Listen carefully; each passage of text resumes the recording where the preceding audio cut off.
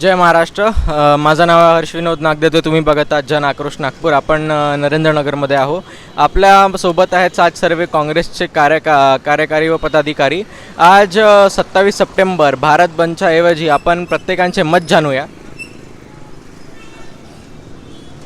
Sir, आपलं काय मत आहे भारत बंदचं? भारत बंद अखिल भारतीय कांग्रेस कमेटी, महाराष्ट्र प्रदेश कांग्रेस कमेटी तथा नागपुर शहर जिला कांग्रेस कमेटी की ओर से लागू किया गया है भारत बंद, जो कि इसलिए है, एक साल हो गया ये 3 कानून जो essential commodity act, contract farming और एमएसपी, ये जो कानून लगाए हैं और 11 महीने से हमारे किसान जो हमारे अन्नदाता हैं वो लगातार इसके ऊपर आंदोलन कर रहे हैं, लेकिन केंद्र सरकार के कानों पर जूं तक नहीं रेंग रही है। मैं कानून के बारे में आपको थोड़ा सा बताना चाहता हूं कि जो कॉन्ट्रैक्ट फार्मिंग जो है, कॉन्ट्रैक्ट फार्मिंग का मतलब ये है कि पहले किसानों से वो कॉन्ट्रैक्ट आके कर लेंगे, बड़े बड़े उद्योगपति आके कर लेंगे, उसके बाद आपको बोलेंगे कि हम इतना रुपया आपको देते हैं, 2000 रुपया किलो आपको हम कोई चीज़ का 1000 किलो का इतना देते हैं।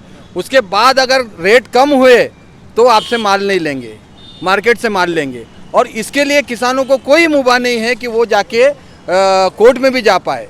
तो इस प्रकार का ये पहला कानून है। दूसरा कानून है MSP, minimum support price. Minimum support price का मतलब है कि कम से कम दाम, इतने दाम के कम, और कोई व्यापारी अगर किसान से खरीदता है तो उसको जेल होनी चाहिए। किसानों का ये मांगना है कि भाई उस कानून में जो है आप ये प्रावधान डालिए कि किसानों से जो कम रेट में ले रहा है, जैसे 100 रुपया किसी किलो का, एक किलो का 100 रुपये के कम में कोई ले नहीं सकता व्यापारी, लेकिन व्यापारी लोग क्या करते हैं, एमएसपी के आधार पर नहीं लेते हैं, कम रेट में खरीदते हैं। तो किसानों का ये कहना है कि उनको जेल होनी चाहिए वो व्यापारी को।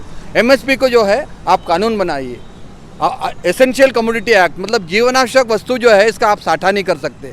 2 साल पहले से हरियाणा में बड़े बड़े गोडाउन बन रहे हैं अंबानी अडानी के, जिसमें लाखों टन कोई भी चीज़ें आ सकती है।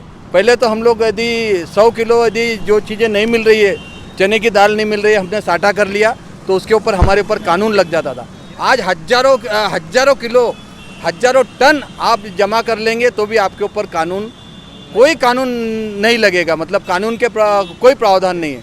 तो इस प्रकार के ये तीनों कानून जो है किसानों की कमर तोड़ने वाले हैं। किसान रास्ते पे आ गए हैं। सोयाबीन का अभी करंट का इशू है। सोयाबीन का उन्होंने किया है कि इतना सोयाबीन यहाँ होने के बाद उन्होंने आवक किया है और बाहर देशों से, तो ये भी एक किसानों की कमर तोड़ने वाला है। किसानों को अगर भूखे रहेंगे किसान तो बट ना चले, हम लोग भी भूखे रहेंगे।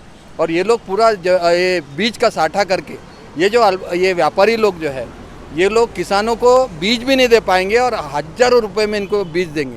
तो इस प्रकार के तीनों कानून जो है, इसका हम कठोर शब्दों में, कड़े शब्दों में हम सार्वजनिक जनता से भी आह्वान करते हैं कि कुछ दिनों के बाद ये परिस्थिति आ जाएगी, जैसा कि आज सिलेंडर में 40 रुपया हमारे बैंक में सब्सिडी आती है, और कुछ दिन के बाद, 2-3 दिन के बाद आपको ये खबर आने वाली है कि 40 रुपया सिलेंडर का महंगा हो गया और पूरी कोई सब्सिडी आपको मिलने वाली नहीं है। ये अभी 936 रुपये का कल मैंने सिलेंडर मंगाया है, 936 रुपये का, और उसमें 40 रुपये और बढ़ जाएंगे तो 976 रुपये, जीएसटी वीएसटी लग के पूरा 1000 रुपये का हो जाएगा।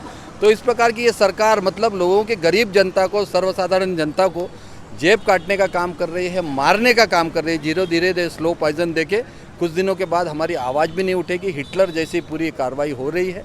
तो अखिल भारतीय कांग्रेस कमेटी का, महाराष्ट्र प्रदेश कांग्रेस कमेटी का, नागपुर शहर जिला कांग्रेस कमेटी का तथा तमाम जो 27 विपक्षी दल है जिन्होंने इस आंदोलन को समर्थन दिया है, उन सब लोगों का मैं आभारी हूँ। जनता का भी आभारी हूँ जो कि हमारे साथ में है। जनता जो कि काफ़ी दिनों के बाद ऐसी परिस्थिति आई थी कि दुकानें उकानें चालू रहे, लेकिन हमको मजबूरन लोगों के हित में हमको ये काम करना पड़ रहा है। सभी लोग हमारे यहाँ पर जमा हुए, कुछ लोग और आंदोलन के लिए चले गए।